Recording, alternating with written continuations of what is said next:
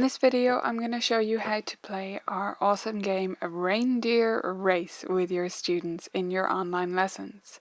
You can play this using any online lesson software like Zoom, if you're using Facetime, if you're using Rock Out Loud Live. It doesn't matter what you're using because this particular game does not use the annotation feature.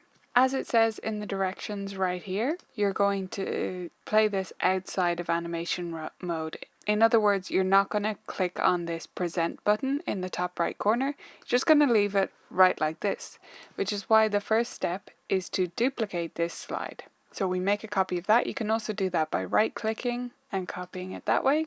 And then, as it says, place a colored reindeer token for each player on the first rooftop. So when you want to play, you say, okay, Susie, what color do you want to be? And she says green. And they say, Alan, what color do you want to be? And he says pink. And if you just have the two of them, then you'll delete the others.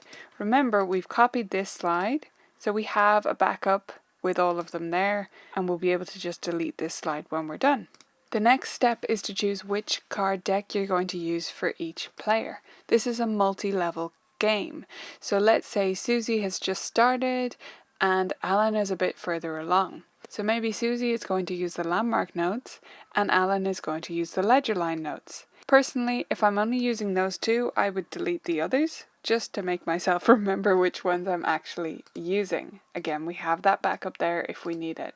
As it says, on each player's turn, the teacher deletes the top card because we're not using animation in order to make this a multi-level game.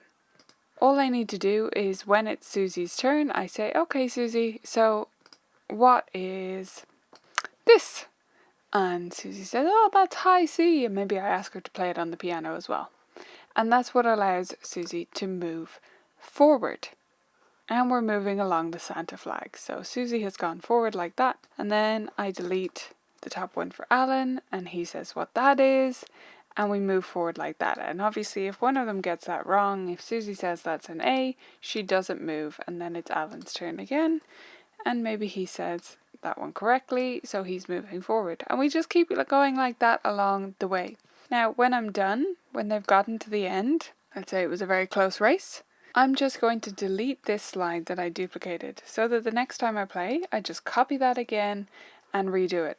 Of course, if you do forget to duplicate the slide, it really won't be a problem. You can just make another copy, but it is handier to just have the one copy in your Google Drive. So if you want to use that system, that works out really well. So that's it, that's how you play. There's also options for just general notes on the staff, all over the staff but not including ledger line notes. And if you have a student who's further along, you can use the major and minor chords version. So this is a great multi-level game for all students in your studio at all different levels. I hope you love playing it.